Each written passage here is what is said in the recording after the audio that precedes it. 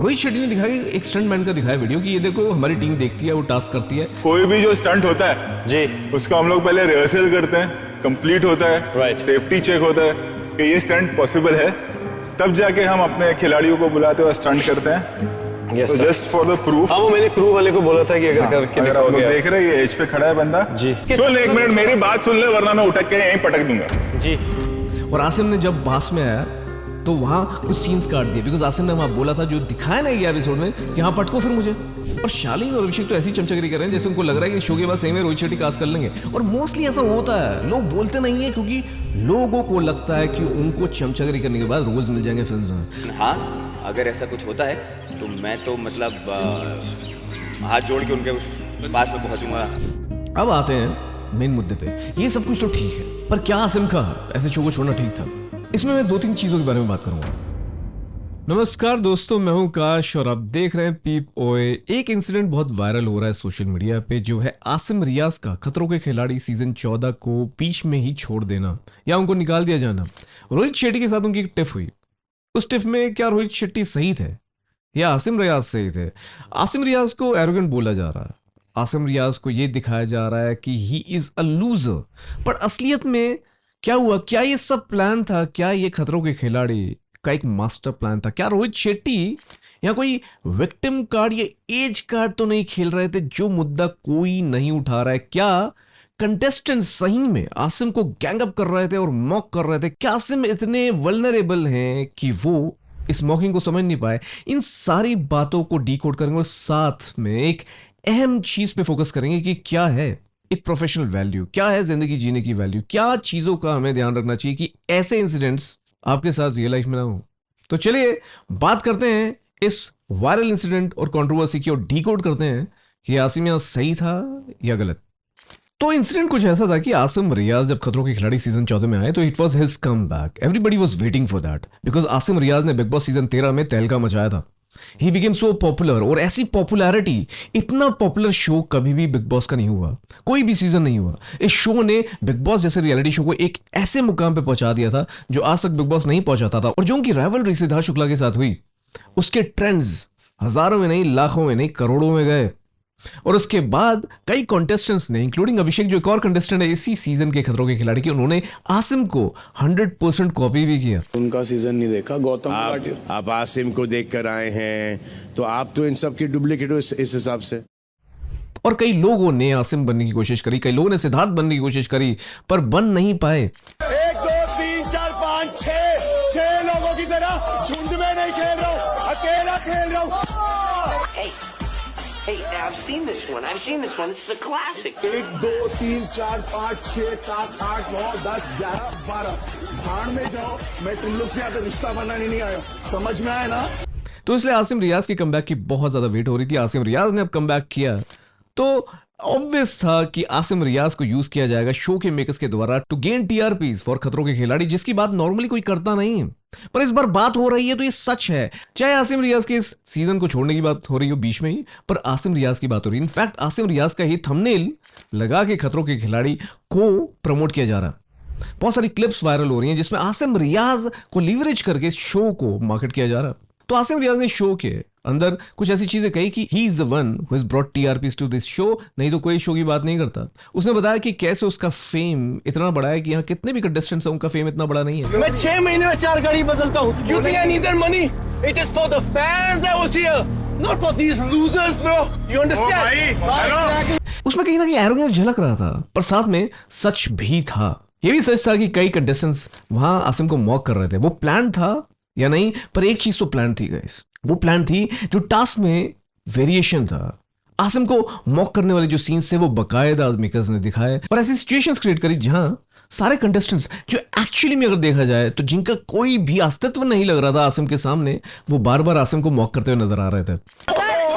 आसिम का एक डायलॉग है पेटेंट, वो जो फ्लाइट में था तब से बोल रहा है कि मैंने बहुत पेन सहा है, तो पेन के बिना कुछ भी नहीं होगा। वो सबको यही बोलता है, तो आई थिंक उसके लिए बहुत इजी होता है ये। अभी सर ये कहाँ समझेंगे, लेवल पे नहीं आए हैं अभी। सर उसके लेवल पे आना भी नहीं।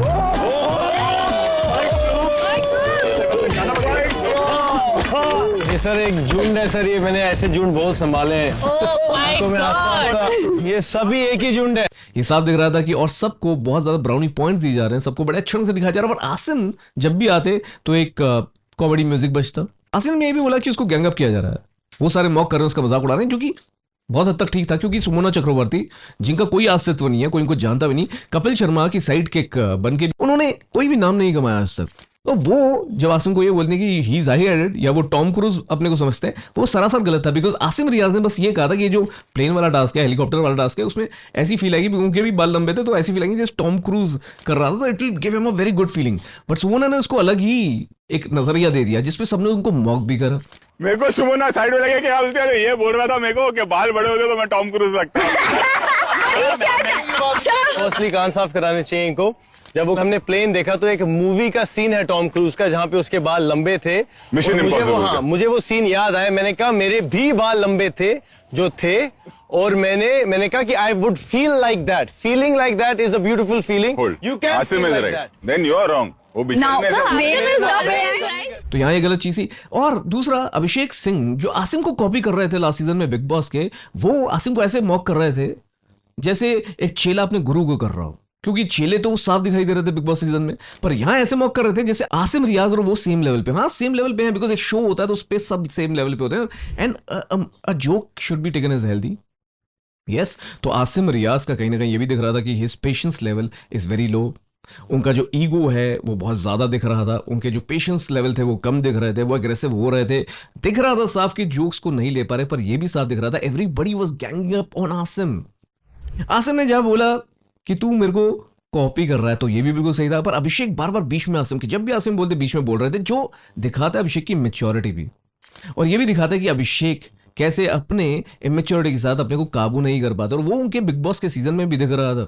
So while this is true कि आसिम को एक्चुअली में गैंग अप किया जा रहा था, उसको मॉक किया जा रहा था, जो कि कई रियलिटी शोज में होता है। कई बार एक बंदे को आप कॉर्नर कर देते हो, तो कई बार इसलिए भी करते हो क्योंकि शायद वो आपको समझ नहीं आता, और आसिम को समझना मुश्किल इसलिए भी है क्योंकि ही इज डिफरेंट, और हम बाकी सारे अलग लग रहे थे, आसिम डिफरेंट लग रहा था, and that is the reason in Big Boss 13 Asim came out to be the one who confronted Siddharth and made Big Boss as the most loved season of all times. A season जिसकी TRPs इतनी ऊपर पहुंच गई जिनको छू भी नहीं पाता अब कोई भी सीजन। वो इसलिए क्योंकि Asim was different, Siddharth Shukla was different। पर साथ साथ एक और चीज है जो हमने देखी, आसिम को जो टास्क दिए जा रहे थे वो टफ थे। फर्स्ट टास्क में आसिम ने बहुत अच्छा किया, तब भी उसको मॉक किया गया। दूसरे टास्क में तो ऐसा टास्क दिया गया जो बहुत डिफिकल्ट था, और चाहे आसिम से पहले दो गए कंटेस्टेंट्स ने वो टास्क नहीं करा, पर जब आसिम नहीं कर पाए तो सबने अगेन उनको मॉक करना शुरू कर दिया। ये बोला कि आप क्या एक्सक्यूज दोगे? सारे एक एक एक्सक्यूज बताओ, क्या क्या बोलेगा। I love this show. So people were taking his case. तो उसके बाद जब आसिम ने कहा कि टास्क वैसे भी हो ही नहीं सकता, अब उसने भी ईगो में बोल दिया, एंगर में बोल दिया, गुस्से में बोल दिया, क्योंकि टास्क तो सही में डिफिकल्ट था। तो रोहित शेट्टी ने दिखाया, एक स्टंटमैन का दिखाया वीडियो कि ये देखो हमारी टीम देखती है, वो टास्क करती है। कोई भी जो स्टंट होता है जी, उसका हम लोग पहले रिहर्सल करते हैं, कंप्लीट होता है, Right. सेफ्टी चेक होता है कि ये स्टंट पॉसिबल है, तब जाके हम अपने खिलाड़ियों को बुलाते हुए स्टंट करते हैं। yes, तो sir. Just for the proof. हाँ, वो मैंने क्रू वाले को बोला था कि अगर करके अगर आप लोग दिखाओगे। देख रहे हैं ये एज पे खड़ा है बंदा जी। मैं फास्ट फॉरवर्ड कर देता हूँ। पर रोहित शेट्टी ने जो दिखाया वो बहुत ज्यादा बेमाना लगा, बिकॉज आइडली जो भी एक क्रू होता है, जब आप कंटेस्टेंट्स को टास्क देते हो तो उसमें इतना फ्लक्चुएशन नहीं हो सकता कि एक टास्क जो दूसरे को दे रहे हो वो इस लेवल का है और एक टास्क दे रहे हो इस लेवल का है। मतलब टफनेस की जो डिग्री है इतनी वेरी करे, वो तो गलत है ना, वो तो अनफेयर है। और वही आसिम बोल रहा था। तो अगर किसी स्टंट ने जो बार बार प्रैक्टिस कर चुका है वो टास्क, या वो टेक्निकली ही इज इक्विप्ड, और या वो स्टंट मैन है, तो ऑब्वियसली वो तो टास्क कर लेगा, बट इट डजंट मीन कि वो टास्क की डिग्री सही है या फेयर है। इट वाज लाइक, अगर मैं एक एनालॉजी लूं तो जैसे एक डाइज है जिसमें 6 नंबर है वर्सेस एक डाइज है जिसमें 20 नंबर है, तो एक नंबर आने की प्रोबेबिलिटी दोनों टास्क में बहुत वेरी करती है। तो आप 20 नंबर वाला डाइज किसी को देते हो और फिर 6 नंबर वाला डाइज देते हो, तो एक्चुअली इट्स अनफेयर, बिकॉज आपको डाइज सेम नंबर वाला ही देना चाहिए। तो अगर रोहित शेट्टी कह रहे हैं कि भाई 20 वाले से भी 6 आ सकता है, 6 वाले से भी 6 आ सकता है, तो ये बेकार की एक्सप्लेनेशन है। ये वही कर सकता है जो कि एक ऐसी पोजीशन पे है कि वो कुछ भी कहे उसको आप कहोगे हाँ सर क्या बात बोली सर। सही कह रहे हो सर, आप बहुत सही कह रहे हो। और वहां सारे चमचे दिख रहे थे रोहित शेट्टी के, और शालीन और अभिषेक तो ऐसी चमचगिरी कर रहे हैं जैसे उनको लग रहा है कि शो के बाद सही में रोहित शेट्टी कास्ट कर लेंगे। और मोस्टली ऐसा होता है, लोग बोलते नहीं है क्योंकि लोगों को लगता है कि उनको चमचगिरी करने के बाद रोल्स मिल जाएंगे फिल्म में। रोहित शेट्टी सर की बड़ी मूवी आपको आपको साइन हो रही है, ऐसी खबर है, लोग काफ़ी बोल रहे हैं, इस पे क्या राय आप देना चाहोगे? हाँ, अगर ऐसा कुछ होता है तो मैं तो मतलब हाथ जोड़ के उनके पास में पहुंचूंगा। सर मैं एक बात बोलूं सर, मतलब आप इस शो के होस्ट हैं, लेकिन आज जिस जिम्मेदारी से आपने सब कुछ हैंडल किया, हम लोगों को भी काम डाउन किया, वो जो पूरा सिचुएशन आपने जिस तरह से किया, यू वर लिटरली लाइक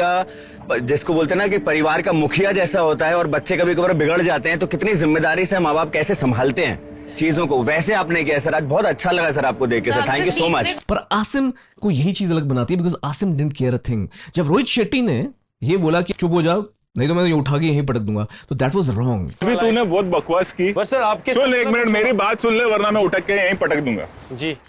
और आसिम ने जब बास में आया तो वहां कुछ सीन्स काट दिए, बिकॉज आसिम ने वहां बोला था जो दिखाया नहीं गया एपिसोड में कि हाँ पटको, फिर मुझे पटको आप मुझे, बिकॉज तब तक वो सर करके बात कर रहा था। पर जैसे ही रोहित शेट्टी ने बोला तो obviously Asim, the kind of attitude he has, he would not listen to all this kind of बकवास because just you are some kind of a director of the show.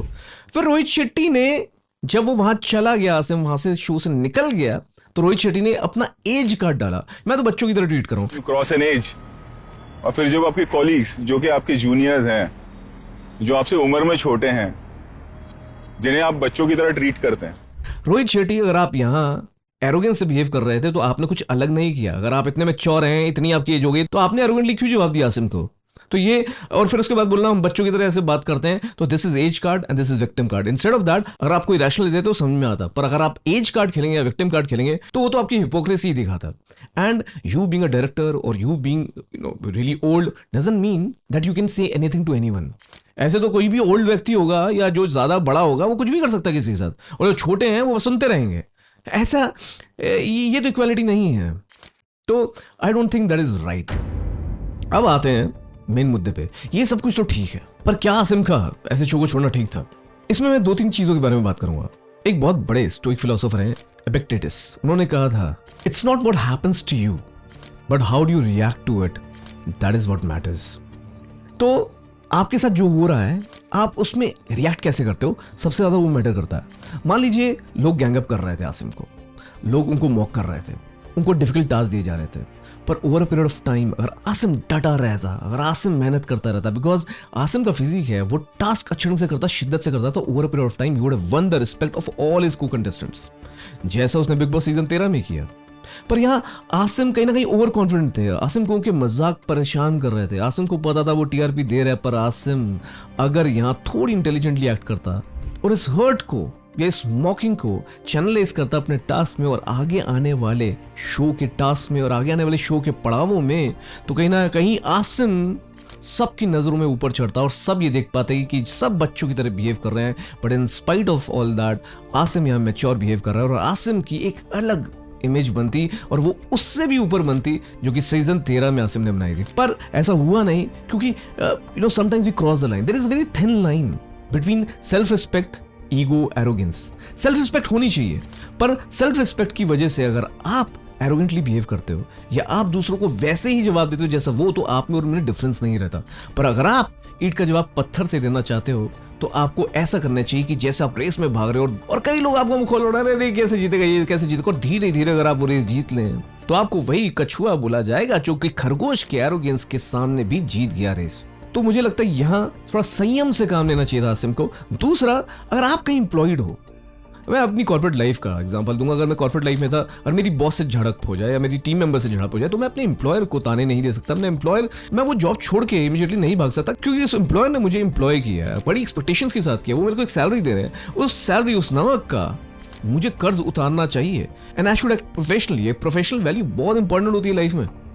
आपको किसी भी सिचुएशन में प्रोफेशनल लाइन और दायरे को maintain करना चाहिए। तो मेरी झड़प हो जाए बॉस से, मेरी झड़प हो जाए team members, at the same point of time I need to make sure कि मैं अपना काम ढंग से करूं। और मैं अगर एक पर्टिकुलर प्रोजेक्ट के लिए मुझे आइडेंटिफाई किया गया तो मैं उसमें पूरी शिद्दत के साथ वो काम करके जाऊं। मैं वो छोड़ दूं टीम, मैं वो छोड़ दूं जगह, पर not in a unprofessional way. I should act professionally, और यहाँ मुझे लगा उसकी कमी थी। सिमिलरली, जैसे मैं यूट्यूब क्रिटिक हूँ, मैं खतरों के खिलाड़ी को क्रिटिक कर रहा हूँ या मैं बिग बॉस को क्रिटिक करता हूँ, पर अगर मुझे बिग बॉस में पार्टिसिपेट करने का मौका मिलता है या वहाँ एक टॉक शो होस्ट करने का मौका मिलता है, तो आई विल मेक श्योर कि मैं उस शो के लिए इतना करूँ कि वो शो सबसे बड़ा शो बन जाए। पर हाँ, जब मैं यहाँ एज अ क्रिटिक बात कर रहा हूँ तो ये मेरी जॉब है, पर वहाँ जब मैं पार्टिसिपेंट हूँ तो वो मेरी जॉब है। तो मेरी जो जॉब है वो मुझे ईमान से करनी चाहिए, श्रद्धा से करनी चाहिए, शिद्दत से करनी चाहिए और प्रोफेशनली करनी चाहिए। जहाँ आसिम चूक गए।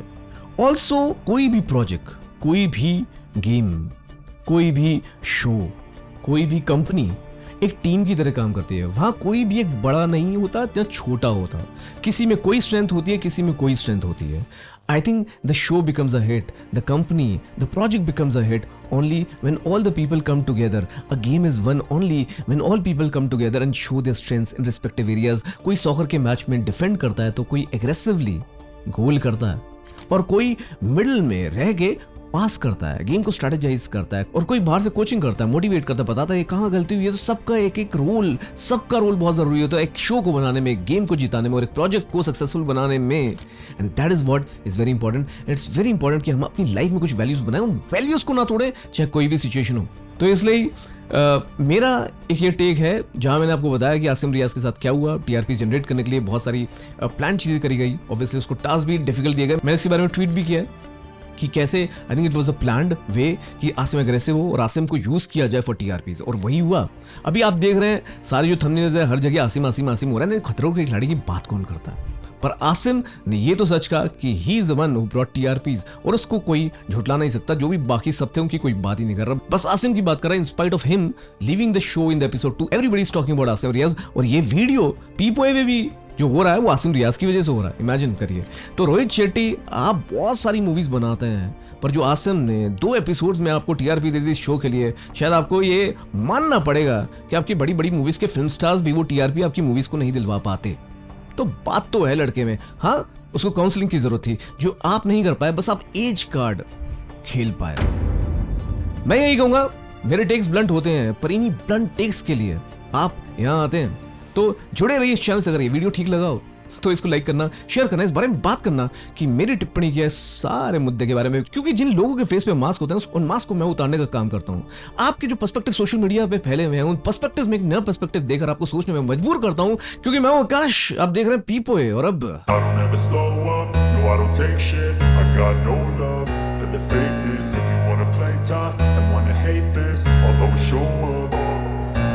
don't ever slow up, no I don't take shit. I got no love for the fakeness. If you wanna play tough and wanna hate this, I'll always show up and make a statement. I don't ever slow up, no I don't take shit. I got no love for the fakeness. If you wanna play tough and wanna hate this, I'll always show up and make a statement. Everything I do so